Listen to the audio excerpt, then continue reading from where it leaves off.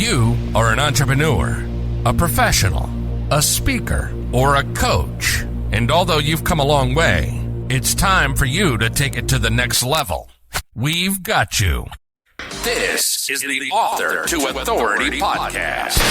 We'll help you use authority and influencer marketing to build your business stronger and faster by publishing a book. You'll hear from guests that are thought leaders in sales, marketing, networking, communication, social media, promotion, and business leadership.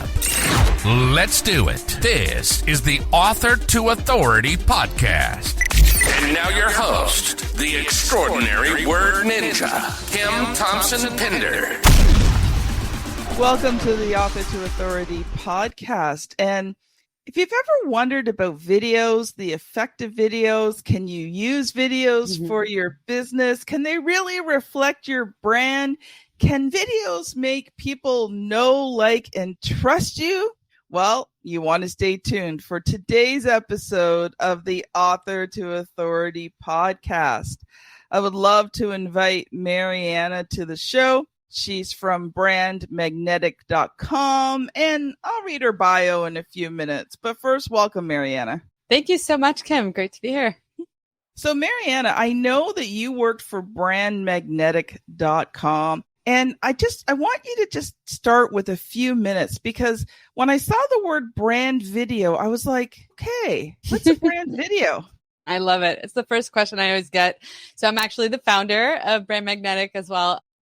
Brand video, what is it? So it's a 2 to 4 minute video that encapsulates your story, the parts of your story that resonate with your audience. So it's not just your origin story. It's not how you if you're an author, whatever you did to write your book, it's not just that, or sometimes it's not even about that. It is understanding your audience and taking the parts of your story that resonate with your audience and creating a video around that. The most important question to ask is, how do you want your audience to feel after watching this brand video? And if we're looking at it like a conversion tool, which it is, we're thinking about, how does my audience need to feel right before buying my book, right before, purchasing my offer, if I have, an online course around my book, or whatever the case may be, whatever I'm ultimately selling and serving them with, how do I need them to feel in order to get just way closer to that trust that needs to happen before we buy from somebody? Oh, we are going to have a good conversation today. So Mariana Henninger, hopefully I pronounced that correctly, but you can fix it afterwards, is an entrepreneurial prodigy whose first business was a makeshift school she started inside her neighbor's garden shed when she was only 6 years old. She's a National Emmy Award-winning, 2-time nominated documentary filmmaker who speaks 5 languages. Wow, I could barely handle one. And has traveled and worked in 4 continents. Her body of award-winning work focuses on truly powerful, intimate, and emotion-driven storytelling. And her business, Brand Magnetic, focuses on creating brand videos as a conversion tool for online businesses. So I'm fascinated with this because I felt the same way. Like, I didn't realize it as a kid that I had this entrepreneurial bent to me, but I was always trying to think of different ways to make money. Yes.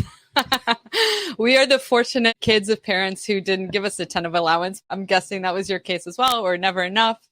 And I was the third kid. I don't know if that has to do with it, but probably a little bit. Just kind of got away with just sort of figuring things out on my own.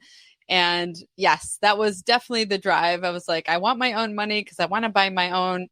I even remember like buying a sweater. Like, didn't have to be candy. I don't think I ever bought candy. My dad was a dentist. So, it's just this drive of like, I want to own my own things. I want to be able to make those decisions without having to kind of depend on anybody else to finance them for me.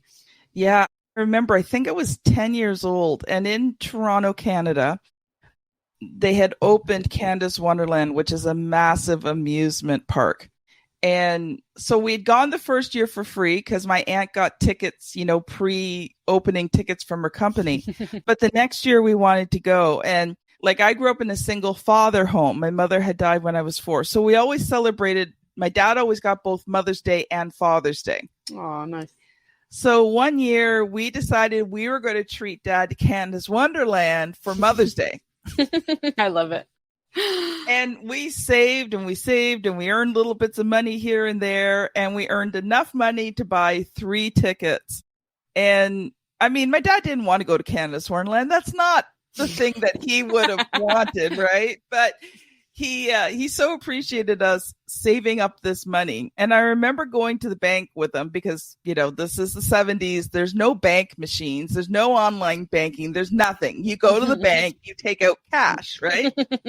And I remember my dad going to the bank and he took out about 3 to 4 times what we had saved for the tickets to cover everything else for that day.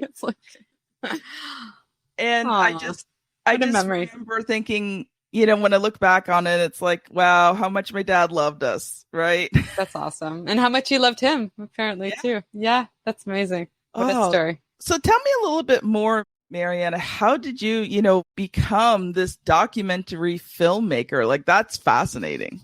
Yeah. Didn't know I was going to be a filmmaker. When I was a little kid, I wanted to be an archaeologist. And then I actually tried to get into med school because I was interested in genetics for some reason that I'd studied in chemistry in high school, I guess, or biology probably. And then it was kind of my dad that sort of instilled in me. He's like, I think you would be an amazing journalist. And then obviously when you look back, you kind of connect the dots. When I was 13, 14 years old, we went to Israel, and I don't know why I was carrying around a mini tape recorder and recording everything I saw and collecting all these brochures for the different archaeological sites, thinking I was going to be an archaeologist one day. But in fact, I was just documenting the journey. Right. And so I went into journalism school thinking I don't really know what to do, but I think magazines are cool, and stumbled upon photography thanks to my first mentor, who was an incredible photographer, now doing video and commercials for Coca-Cola and McDonald's in Brazil, which is where I'm from. And he mentored me in my very first photos. And I started realizing that the visual sort of medium was how I loved expressing what I saw. Just to insert yet another kind of early childhood story, I had a lemonade stand at age, I want to say 11. And I remember designing the logo for it. And I didn't know any better. I just thought that's what you did when you had a business. But it stuck with me that my grandma looked at that logo and she's like, wow, this is really good, and it was nice that she kind of put the seed in me that I did something that was noteworthy. And so it's the thing I remember from early childhood that had to do with visuals and had to do with creating something visually. But fast forward, I started my career as a photographer and then realized that, wow, there's so much of the story that's left behind.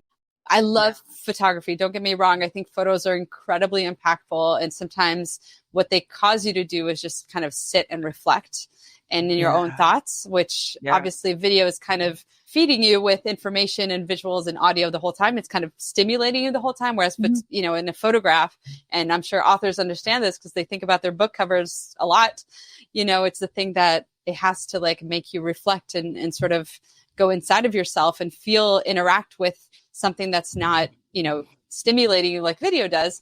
But the thing that kind of essentially led me to video was just feeling the stories of the people that I was telling. I was following these Bedouins I was back in Israel and following these Bedouins for a whole week, sleeping in their tents and eating their food and just kind of understanding life through their eyes as a photographer. And I was at the end of that project, it's there's so much that's missing here, their voices, their own story. And I sat for a second and thought, I wonder if I could just combine that audio with these. I was like, oh my gosh, that's video. It's already been created, and that's how I started my journey into essentially very short documentaries, mini documentaries, as we call them, just, anything around the 3, 4, 5 minute mark. And then eventually, 15 years into it, I was producing longer length documentaries, and just, it's been my passion ever since. That is awesome. So what led you to start Brand Magnetic? Yeah, so I had been working as a documentary filmmaker for a long time and doing just that and loving it. I was at NBC for about 5 years as a senior producer there. And there are a couple of things that happened. One of them was that I had sort of hit the ceiling of what I could make still being in the field. Essentially, my bosses were telling me, well, if you want to make more, you sort of have to start managing a team. And I'm like, I don't want to manage a team. I want to be out there meeting people and filming them, which I thought was a little bit unfair because correspondents don't manage teams and they make a lot of money, but it's fine. It is what it is with the industry. I tried, but I did get to sort of the ceiling that anyone would pay me to do this. And so there was that. And there was also this idea, I had always been passionate about business and sales, and I just wasn't using that for years. So I would keep my ear kind of open to anything that was like business or maybe a webinar or a course or something, but I wasn't, I didn't have time. I was just fully focused on filmmaking. And there was a part of me that was like, you know what, if not now, when? If I don't make a clean break and invest in starting my own business, I turned 40 this year and I was like, I think this is really the time. I'm going to dive in. And oh my gosh, have I not looked back ever since. It's been such an incredible joy and journey to build my own business. So essentially to take my two passions and be able to combine them, like how lucky am I, right? Like when you get to really do what you love. Yeah, so I can talk about how documentary filmmaking and business kind of come together in a brand video. Well, let's shift gears here into that because, I was going to ask you about, what are these elements of a brand video that, make it so attractive and promote that trust factor? Yeah, absolutely. So, at the core of it is really understanding what your audience needs to feel. As I said before, what is the feeling that we want to elicit from them? What's the journey that we want to take them on? And then understanding how to align our story or how to really identify the parts of our story that we know are going to create those feelings. And a brand video, you're really also thinking about the visuals, right? It's not just the written word. It's not just a podcast or, just what I mean is it's not singularly, you're not singularly telling your story. You're kind of creating this journey, right? And a lot of that's visual. And so it's thinking about the compelling visuals that are going to evoke those emotions as well. If you think about most authors, I would bet that for the most part, they're in front of their laptop writing all day or researching or kind of doing things that are a little bit less motion involved. And then thinking about how do I illustrate the other parts of the story that may have happened in the past with emotions. So it's really thinking about non-literal visuals, so metaphoric visuals. We can use visuals in nature. We can use a hobby of yours that sort of highlights your personality, your values. Those are things that we want to bring to the forefront of the brand video. Ultimately, it's, it still is your story, although it's about how your audience feels. So it's still about them. It's still about, getting them to that place and that feeling, but we're using your story as the vehicle. But when we think about your story, so what are the things that you do that highlight who you are, that will build those emotional connections, those what I call emotional touch points of your story? Just as an example, so one of my students in Brand Video Academy is a podcast teacher. That's her sort of brand name, which I love, the podcast teacher.com, I think. And so she was telling me, I was like, Mariana, I don't have a story that relates that much to my audience. I don't even have my own podcast. She's a wonderful podcast teacher because she's produced a lot of podcasts, but she doesn't even have her own. So I can't connect with my audience with an exact podcast that I have and they can have all those things. And one of the things that sort of came out of our work together was just I asked her what her hobbies were. So well, I like jigsaw puzzles. I was like, okay, jigsaw puzzles. You are great at taking chaos and creating something that makes sense and is beautiful and is orderly. And so that is going to be one of her visuals in her brand video, is just putting, the chaos of the puzzles on a table and then putting them together, and then just the sort of satisfaction of going through that journey of that's just part of her brand video. But that's an illustration of something that you wouldn't have thought connected, but actually does connect, Love it. I love it. And, I want to shift it a little bit too, because not only do we have authors who listen, but a lot of our audience are actually consultants, speakers, thought leaders.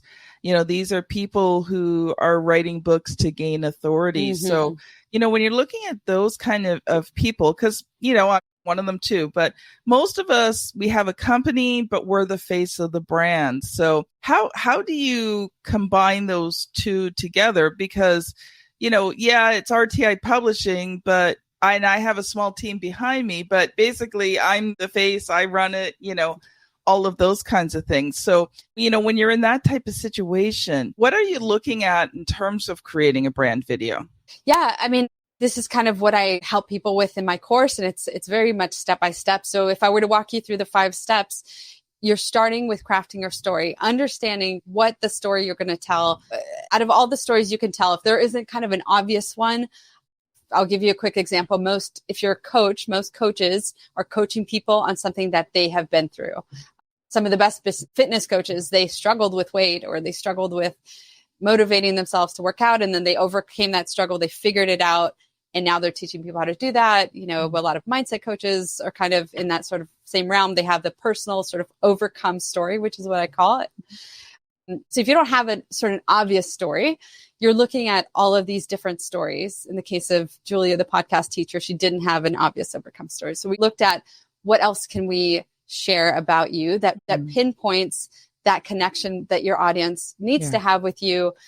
In her case, we wanted her audience to feel like they were in good hands and they could let go of that tech overwhelm and the confusion and the exhausting sort of, this mountain that they needed to climb in creating a podcast, and they could just trust her and enjoy the ride. And she was their mama bear. A lot of coaches, or a lot of folks of authority and thought leaders, that might be the feeling that they want to create in their audience. And so again, just identifying that core story, and then really pinpointing, so what are the parts of that story that we know resonate with your audience? So the second most important question, the first one is, what do you want your audience to feel at the end of the brand video? The second one is, I just lost it. Let me try to remember. How do you want them to feel? And I'll have to, oh my gosh, it's so embarrassing. I'll have to come back to that one. But again, identifying the parts of your story. Here we go. Knowing what resonates with your audience is the second most important question. Really knowing your audience in and out, right? Which is super crucial for business. You also apply that to the brand video, because the brand video at the end of the day is a marketing conversion tool. It's not portrayed as such. When you're watching it, you don't feel like you're watching something that's marketing related or that's meant to make you buy something. That's the superpower of the brand video, is it's really just about that connection with that person. Knowing that you're going to watch that brand video and never see them in the same way again. If I were to watch your brand video, Kim, not only would you be completely unforgettable to me or to your audience, but they would never confuse you, Kim, with any other expert out there, with anyone who is maybe doing something similar to what you're doing. Your story is what differentiates you from everyone else. And so that one video, that 1 2 to 4 minute video, is the thing through which everything else that comes afterwards is seen through the lens of that brand video. It's seen, they've placed you from just an expert that I follow, or this lady whose awesome podcast I listen to every once in a while. And now it's like Kim, this person that I've gotten to know, who's probably feeling more like a friend now, and who happens to be an expert. Like, how much do we want to work with our friends who are experts versus just the experts? Anyway, so we've identified your core story. We've identified the parts of your story that resonate with your audience. That second most important question. And then we go into thinking about what compelling visuals. We talked about that just now, which is what are the sort of really interesting, visually engaging things that we can show to illustrate that story. They do not have to be literal. I talk a lot about non-literal visuals, you don't have to say monkey, see monkey. And I think it's a term that we use in the biz, a phrase that we use in filmmaking. And then after that, so you write your script. This is a script that we practice over and over in front of the mirror. We want to make it conversational, but really at the end of the year, kind of crafting each and every sentence. It does take a lot more work on the back end if you were just to sort of do it interview style, which is how most obviously documentaries are done that way.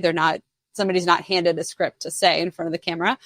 But for the purposes of kind of making sure you're nailing your message and also sort of facilitating the back end edit of it, we work off of a script that we practice, so it's conversational, and then we move on to filming and editing. So when I work with my clients, this is where a cinematographer that is from my network is somebody vetted, that is prepared and knows exactly what to do, and that I trust is coming to you and filming you for a day according to like a schedule that we've prepared together. And then my team goes and edits your video.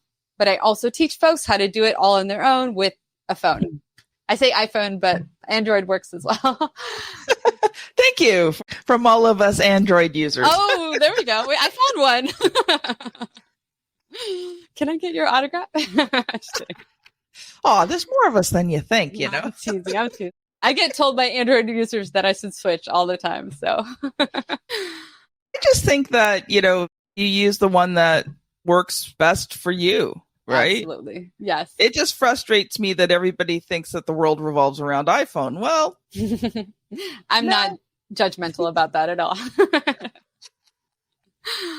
Oh, so I want to go back to that beginning part about the feelings, because I think sometimes we don't understand what feelings like we want to provoke. Like I've done a bit of research, and I'm working through a process now where I'm putting out a whole new product line. So I've been working with specialists. So we've been diving into this topic. And I realized that one of the things that, you know, I have to provide is hope, because writing and publishing a book is so monumental. Like it's huge. It's not it's not a 1, 2, this, you know, sometimes it's a month, years process, right? Yeah. And so, you know, we looked at is the hope factor, is the fact that you can get people to believe that they can do it. You know, one of the stories that I like to tell, I've got a few, but one of the ones I love to tell, I call it the power of words. And it's how I went from being told at 7 years old that I shouldn't write by a teacher to owning a publishing company.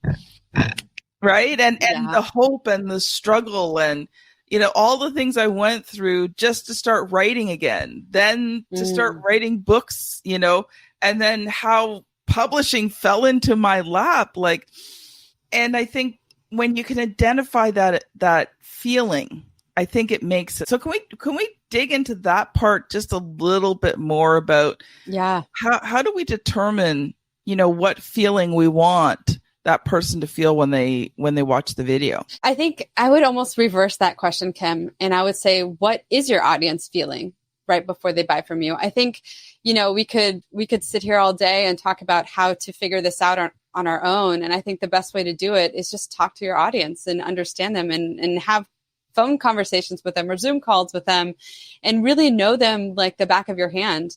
Your business doesn't exist without your customers, without people buying your offer, right? Because otherwise it's a hobby and maybe your mom will hit the like button, you know, so really understanding what it is that the journey that they're going through. I think a lot of self-reflection, if you've been on that journey yourself, is important, but there still might be parts of your journey that are different than the people you're serving. Yes. And so I would just encourage people to talk to as many people as possible.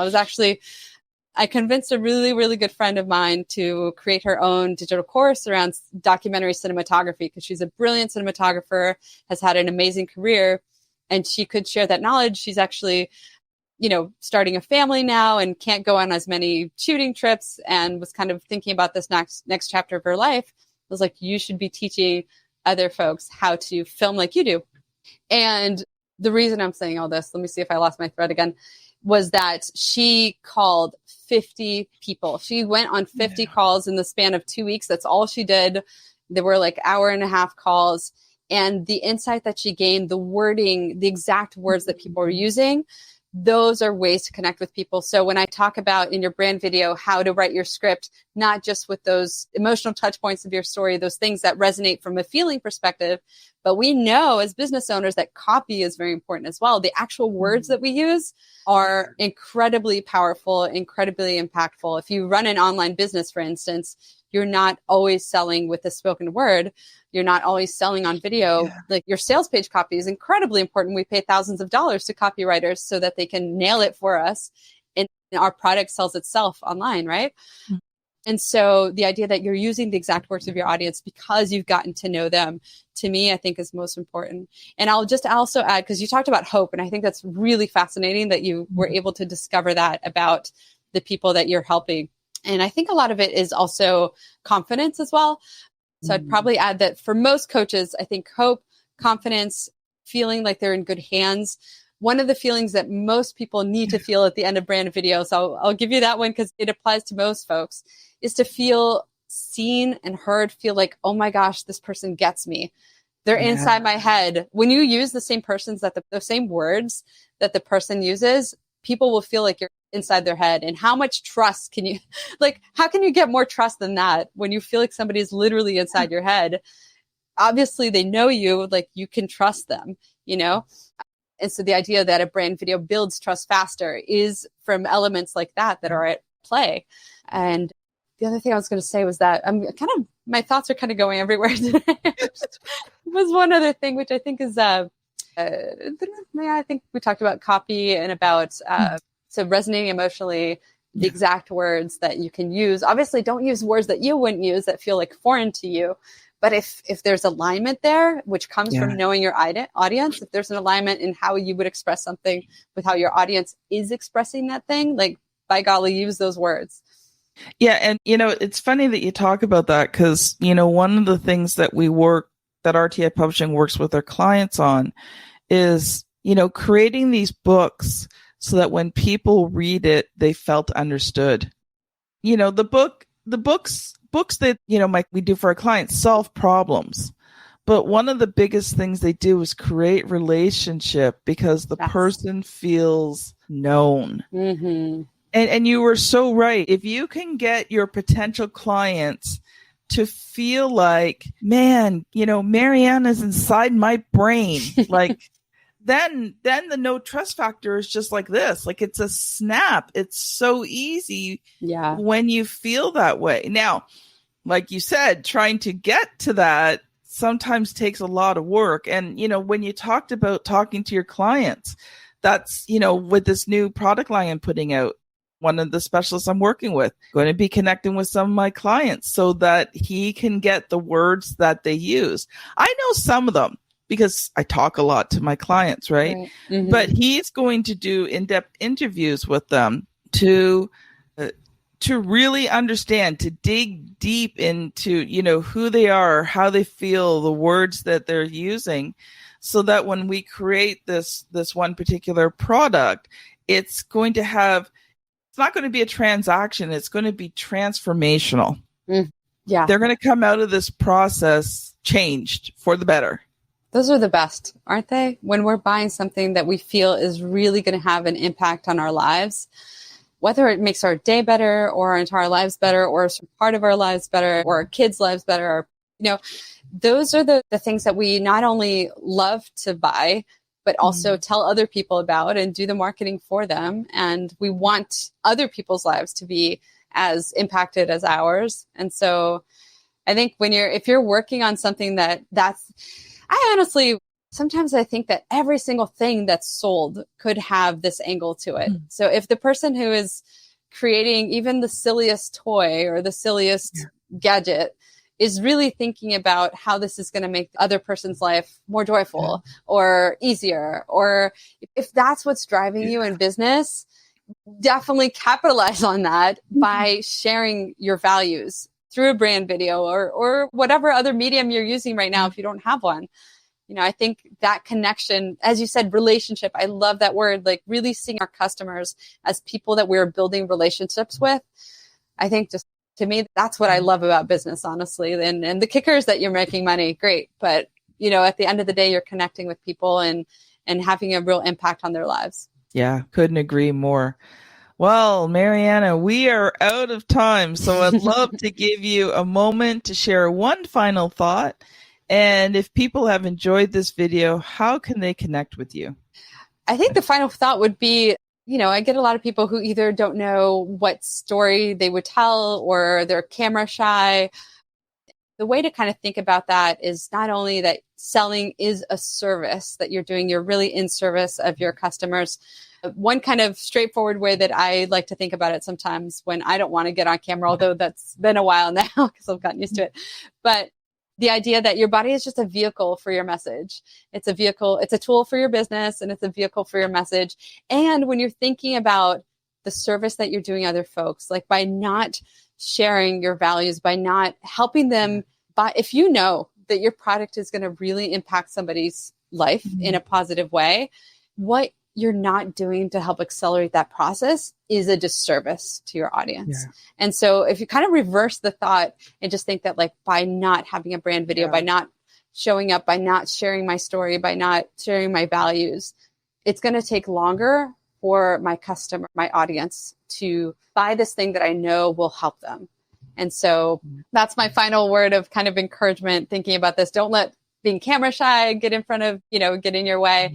Don't let thinking you don't have a story. Everyone has a story. Like Julia, the podcast teacher who doesn't have a podcast, has an amazing story. We found it, and it's okay. Sometimes it's not staring at you in the face. If you need, I have a quick guide for how to get started on your brand video, how to start thinking about your story and those compelling visuals. It's just on the website, brandmagnetic.com, and it's the brand video starter guide. It's free, and I'm happy to answer any questions. If folks email me sometimes with a few questions, I'm happy to get back to them. And so that's a great place to start. I'm also on Instagram as Brand Magnetic. That is awesome. Thank you so much, Mariana, for being on the show today. And audience, if you have enjoyed the show, 2 things. First of all, share it. Share it with someone else you know that could use this teaching and training today. Second, if you've liked this video and you want to see more, or you're listening to the audio. So if you are on YouTube right now watching this video, in one of the corners, still figuring out which one, it's going to take me a while, but you'll see episode 369, Branding for High Dollar Sales. And if you're listening on your podcast app, you're going to have to scan back a bit, but it is there, episode 369, and you will have another view on branding and how to use it to build your business. So this has been Mariana and Kim on the Author to Authority podcast. Thank you so much for listening, and we'll see you on the very next episode. Bye now. You've been listening to the Author to Authority podcast. The extraordinary word ninja, Kim Thompson-Pinder, has helped over 200 entrepreneurs, professionals, speakers, and coaches write and publish their books that have become incredible marketing tools for their business. And many of those have gone on to become Amazon best-selling authors and have used their books to land high-level clients and get on big stages. We hope you've enjoyed the show. Make sure to like, rate, and review. And we'll be back soon. But in the meantime, hit the website at www.authortoauthoritypodcast.com. See you next time.